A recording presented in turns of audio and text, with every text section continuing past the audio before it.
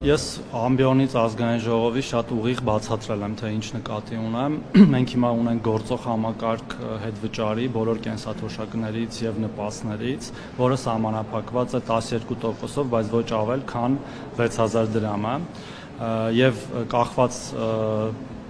նպաստի կամ կենսաթոշակի չափից այդ սահմանաչափերով մեր քաղաքացիները կարող են հստանալ եւ մենք այսօր ունենք արդեն 350,000 քաղաքացի, որոնք իրենց իսկ թոշակը եւ նպաստը իրենց իսկ ձեռքով բարձրացնում են եւ է շատ պարզ եմ այդ ամեն ինչը բացատրում, չգիտեմ թե դուք ինչու եք հենց ինքներդ մանիպուլացնում այդ ամեն ինչը։ Հիմա նոր կարգավորումը հետեւյալն է լինելու, որ մենք 12% սահմանաչափը բարձրացնում ենք մինչև 20%-ի եւ առավելագույն թիվը մինչև 10,000 դրամի եւ եթե հաշվարկենք օրինակ 50,000 դրամ կենսաթոշակի վրա, քաղաքացին կարող է 50,000-ը դարձնել 60,000 իր իսկ ձեռքով կատարելով անկանխիկ առևտուր իր կարիքները հոգալու համար։ Այդտեղ կարծում եմ որևէ անհասկանալի բան չկա եւ ես նաեւ բացատրեցի, որ սա շատ կարեւոր գործիք է նաեւ պետության այլ քաղաքականությունները առաջ տանելու համար, սֆերային տնտեսության դեմ պայքարի, երբ որ մենք անդադար խոսում ենք, որ կանխիկ առևտրի ժամանակ հաճախ չեն տպվում ՀԴՄ կտրոններ, որոնք որ նաեւ գեներացնում են հարկեր, որից էլ որ նաեւ վճարվում են կենսաթոշակները եւ հետեւաբար որոշումը շատ պարզ է, երբ որ արդեն կարգավորումները կլինեն եւ կառավարության նիստով կընդունվի, եւս մեկ անգամ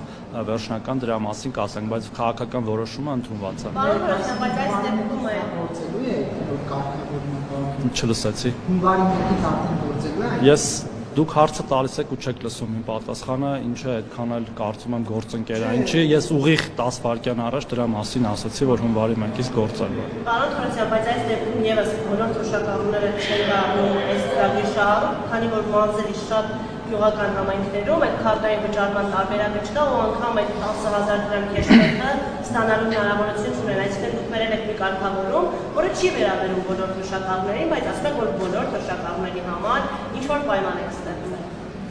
Հարգելի գործընկերներ, ես քիչ առաջ նորից թիվ նշեցի, դրանք մեր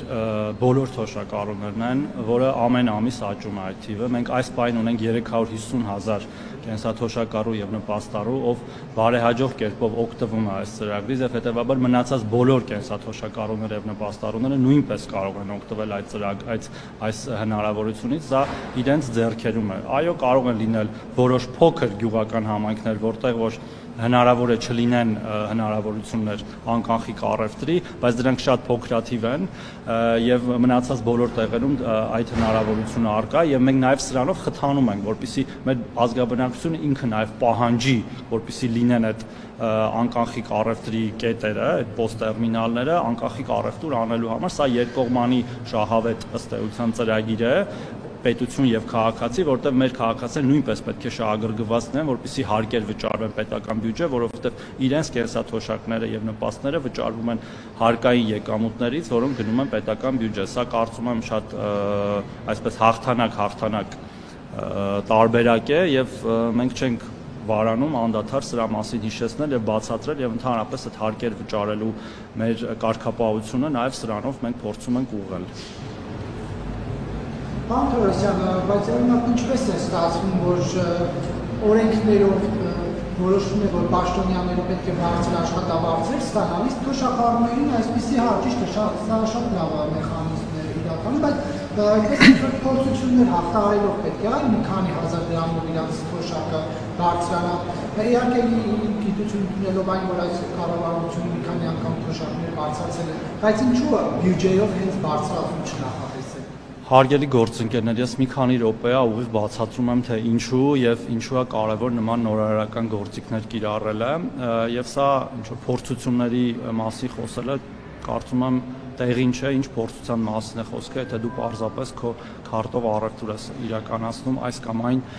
առևտրի կետից, իսկ ինչ վերաբերում է պետական պաշտոնյաների աշխատավարձներին, ապա մեր հանրային ծառայությունում եւ համայնքային ծառայությունում աշխատող տասնյակ հազարավոր քաղաքացիներ ստանում են շատ համեստ աշխատավարձ եւ կատարում են շատ ծանր աշխատանք, որպեսզի նաեւ մեր կենսաթոշակառուները, նպաստառուները, մյուս բոլոր ծառայությունները կարողանան աշխատել։ Եթե այդ պետական պաշտոնյաները չլինեն, այդ ոչ թոշակը, ոչ նպաստը պարզապես հնարավոր չի լինի ոչ հավաքել, ոչ էլ վճարել, այդ թվում սկսած հարկային